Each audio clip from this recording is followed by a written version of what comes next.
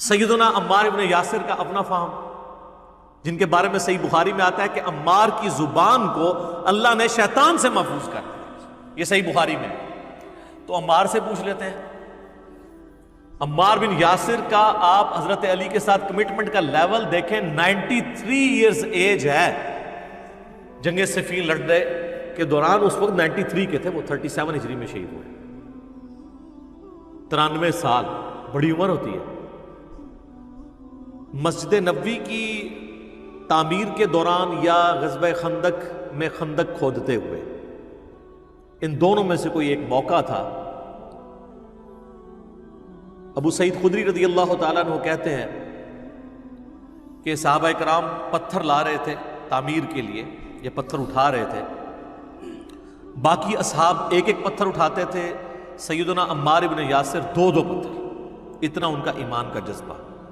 ظاہر ہے کہ جس کے جینز کے اندر ایمان ہو، جس کے ماں باپ اسلام کے پہلے شہداء ہوں، سیدنا یاسر اور سیدہ سمیہ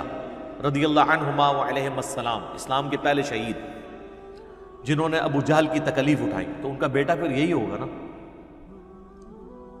بلکہ یہ حدیث تو سٹارٹ ہی بڑے زبردست انداز میں ہوتی ہے۔ عبداللہ بن عباس اپنے بیٹے علی کو بھیجتے ہیں، ان کے بیٹے کا نام بھی علی تھا،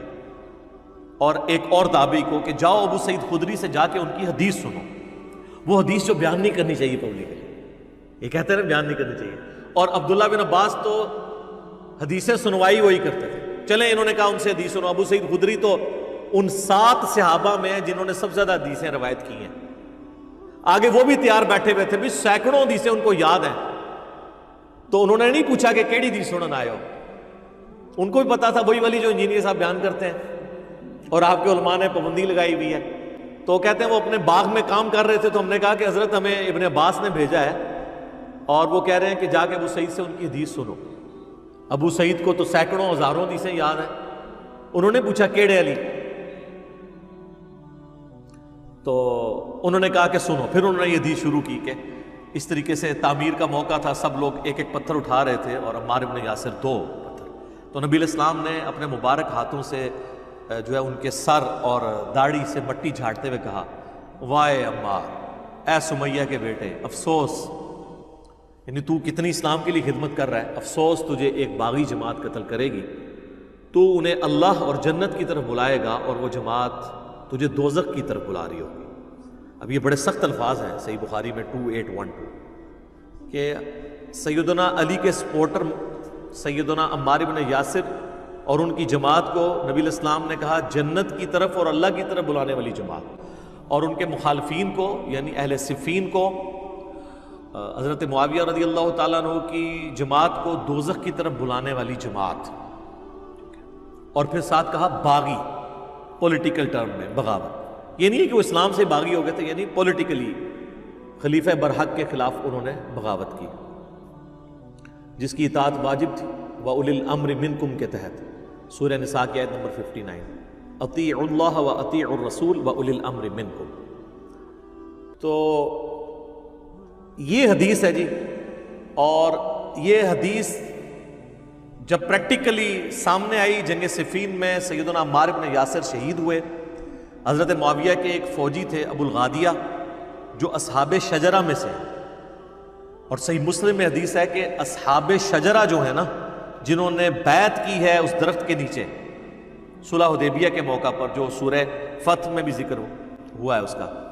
تو مسلم کے الفاظ ہیں اصحاب شجرہ کو دوزخ کی آگ نہیں چھوئے گی۔ اب یہ ابو الغادیہ یہ بھی اصحاب شجرہ میں سے تھے۔ مسند امام احمد بن حنبل میں ایک پورا چیپٹر ہے جس میں ان کی حدیثیں ہیں جو انہوں نے نبی علیہ السلام سے بیان کی ہیں، اور وہ حدیثیں وہی ہیں کہ عمار کو باغی جماعت قتل کرے گی، اور عمار کا قاتل اور مال لوٹنے والا جہنم میں ہے۔ اور انہی حدیث میں ابو الغادیہ خود رویا کرتے تھے کہ مجھ سے عمار ابن یاسر کا قتل ہوا ہے، اور وہ تو بڑی دردناک حدیثیں ہیں، پھر ٹاپک دوسری طرف چلا جائے گا، وہ آپ ریسرچ پیپر میں پڑھ لیجئے گا، وہ میں اینڈ پہ بتا بھی دوں گا انشاءاللہ۔ تو ابو الغادیہ سے ہوا، اور اس پہ بعض لوگوں نے کوشش کی کہ جی ابو الغادیہ جو ہے وہ اتنا بڑا جرم کر کے بھی بخشے جائیں گے کیونکہ اصحاب شجرہ میں سے ہیں، تو شیخ ناصر الدین البانی، جن کو اہل حدیث تو اپنا محدث اور اس دور کا امام بخاری مانتے ہیں، باقی مکاتب فکر میں بھی اہل علم ان کی قدر کرتے ہیں۔ انہوں نے سلسلہ احادیث صحیحہ میں باقاعدہ بحث کی کہ یہ بہت مشکل تعویل ہے جو آپ کر رہے ہیں، اور انہوں نے کہا چونکہ نبی علیہ السلام نے اسپیسیفکلی فرما دیا ہے تو جو عام دلیل ہوتی ہے وہ خاص دلیل عام دلیل کو ختم کر دیتی ہے، عام دلیل کبھی خاص دلیل کو ختم نہیں کرتی۔ اور یہ اہل حدیثوں کو بات پتہ ہے، جب ہم انہیں کہتے ہیں نا وَإِذَا قُرِئَ الْقُرْآنُ فَاسْتَمِعُوا لَهُ، تو وہ کہتے ہیں یہ تو جنرل ہے، ہم اس کو ختم کرتے ہیں لا صلاۃ لمن لم یقرأ بفاتحۃ الکتاب سے، وہ کہتے ہیں وہ خاص ہے کہ جو فاتحہ نہیں پڑھتا اس کی نماز نہیں ہوتی، لہٰذا یہ جو جنرل آیت ہے اس میں یہ ایک تخصیص آ جائے گی کہ فاتحہ آپ پڑھ سکتے ہیں امام کے پیچھے بھی، ایک علیحدہ سے ایک ٹاپک ہے۔ یہاں پہ وہ بھول جاتے ہیں کہ جب اسپیسیفکلی آ گیا کہ عمار کا قاتل اور مال لوٹنے والا جہنم میں ہے، المستدرک الحاکم میں حدیث ہے، مسند امام احمد میں، تو وہ عام والی بشارت اس سے گئی، لیکن یہ ہمیشہ کے لیے جہنم میں نہیں، الٹیمیٹلی ہر مسلمان کو جس نے ایک دفعہ بھی کلمہ پڑھا ہے وہ جنت میں جانے میں انشاءاللہ کامیاب ہو جائے۔ باقی یہ آخرت کے معاملے میں نے آپ کو ایک ٹیکنیکل بحث کی، اللہم اجرنا من النار، آمین ثم آمین۔ کاش میں دور پیمبر اٹھایا جاتا، بخدا قدموں میں سرکار